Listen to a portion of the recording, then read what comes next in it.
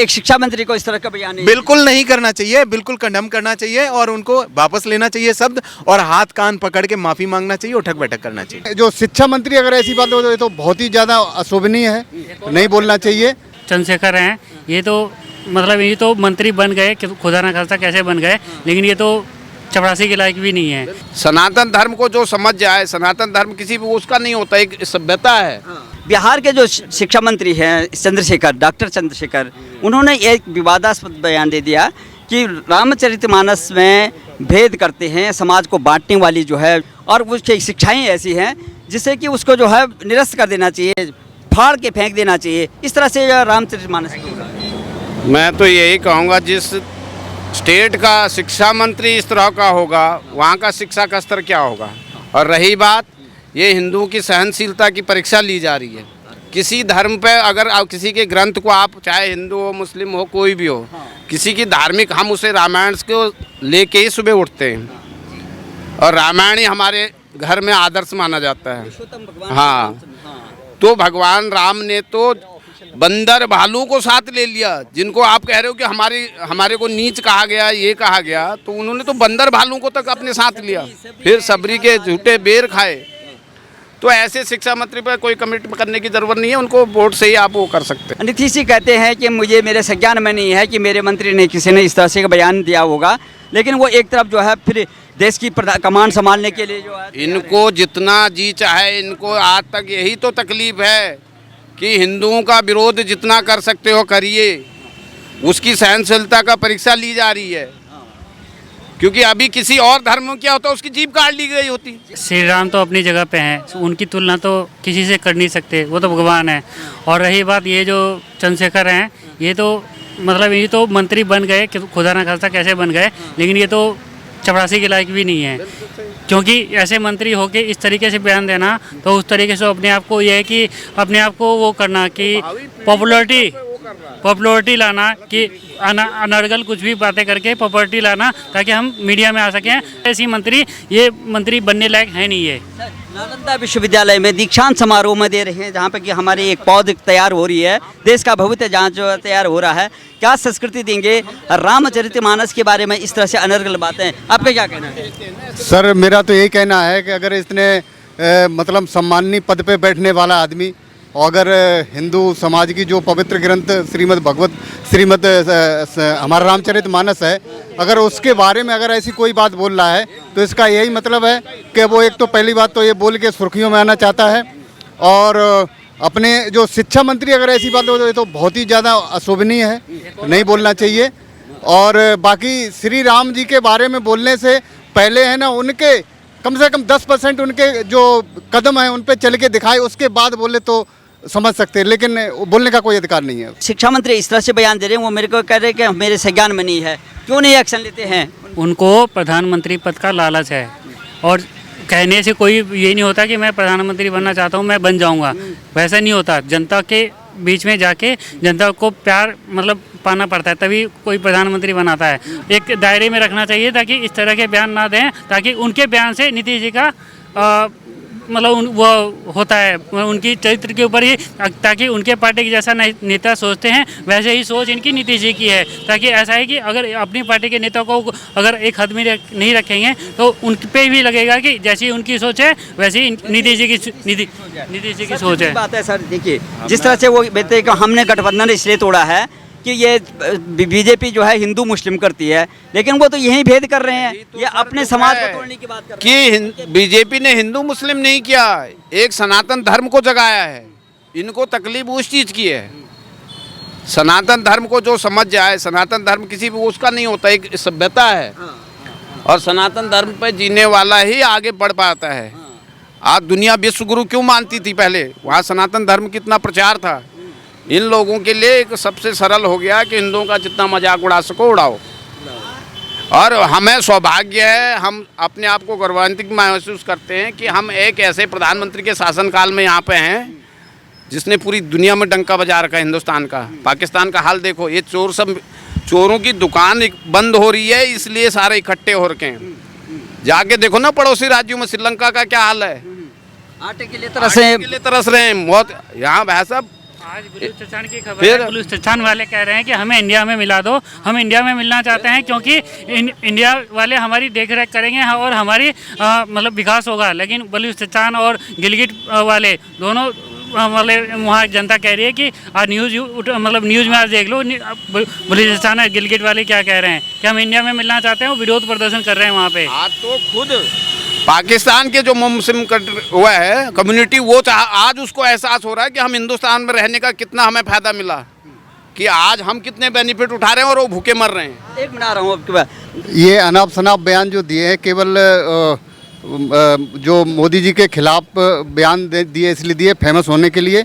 अभी मोदी जी का तो है ना हिंदुस्तान में कहीं भी उनका तोड़ कोई है नहीं, और केवल अकेले मोदी के चेहरे पे ही पूरे हिंदुस्तान में सरकार दोबारा फिर बनेगी।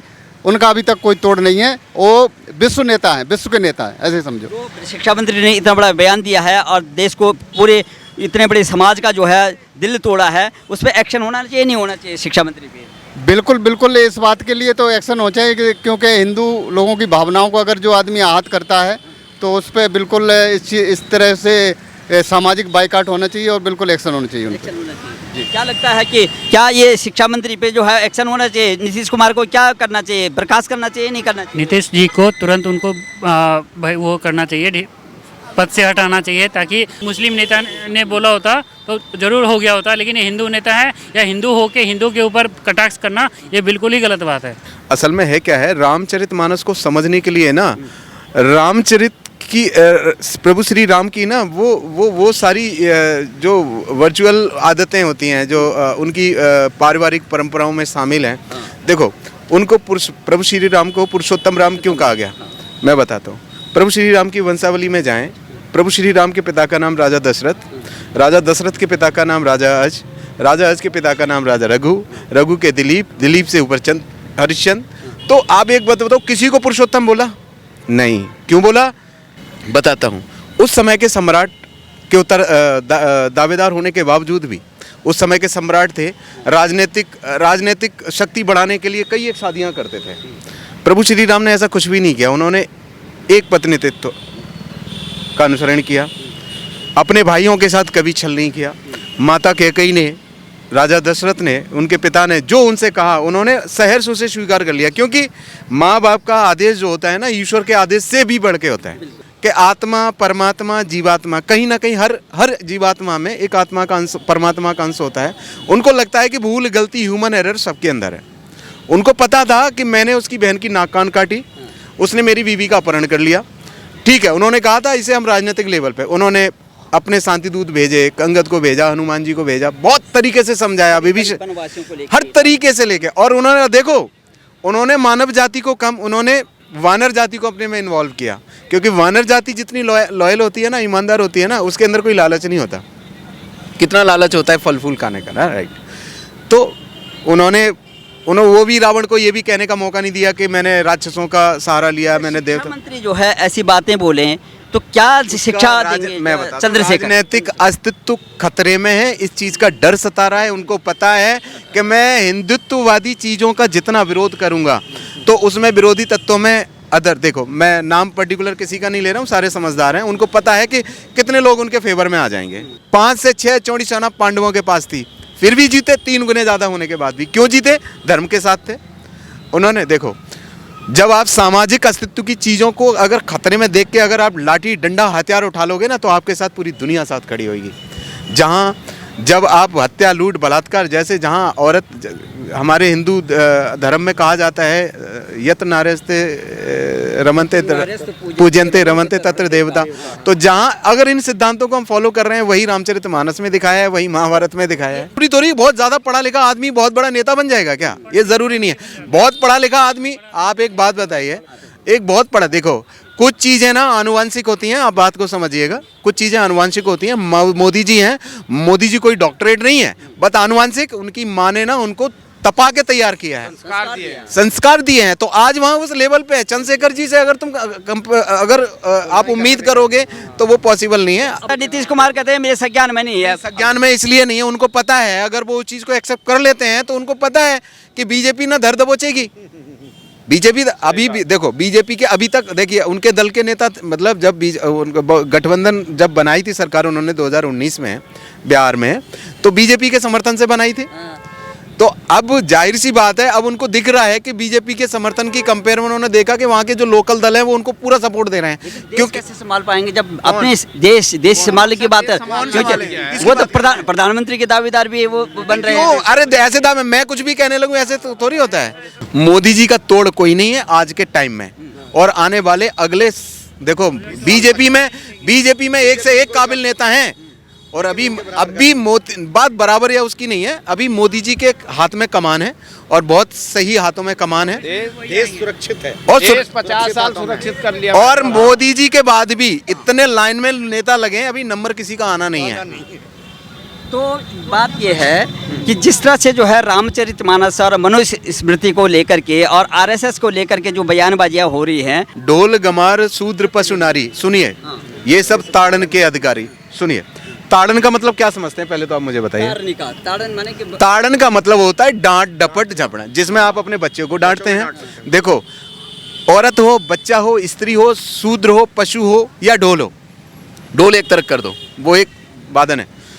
आप एक बात बताओ, स्त्री एक बच्चे का जैसा मन होता है, स्वच्छ पवित्र होता है, उसे कोई भी बहला फुसला सकता है, इसलिए उसको डांट डपट के एक घेरे में रखा जाता है। ऐसे ही बच्चे को शूद्र का मतलब ये नहीं है। शूद्र का मतलब होता है कि उस समय की ऐसी सामाजिक हालातें थी, शूद्र उस समय के पढ़े लिखे नहीं होते थे, तो उनको डांट डपट के डरा के उनको समेट के रखा। से मतलब है अज्ञानता। नो इसको अज्ञानता नहीं कहेंगे। ज्ञान सबके पास। मैं अपनी बेटी बहन या बीवी या आप अपनी बेटी बहन को अकेले छोड़ने में क्यों डरे हुए होते हैं? आप बताएं मुझे, क्यों डरे हुए होते हैं? क्योंकि ये लोग स्वभाव से बहुत सीधे और सच्चे और निर्मल होते हैं, इनको कोई भी बहला फुसला सकता है। कहने का मतलब है कि एक शिक्षा मंत्री को इस तरह का बयान बिल्कुल नहीं करना चाहिए, बिल्कुल कंडम करना चाहिए और उनको वापस लेना चाहिए शब्द, और हाथ कान पकड़ के माफी मांगना चाहिए, उठक बैठक करना चाहिए।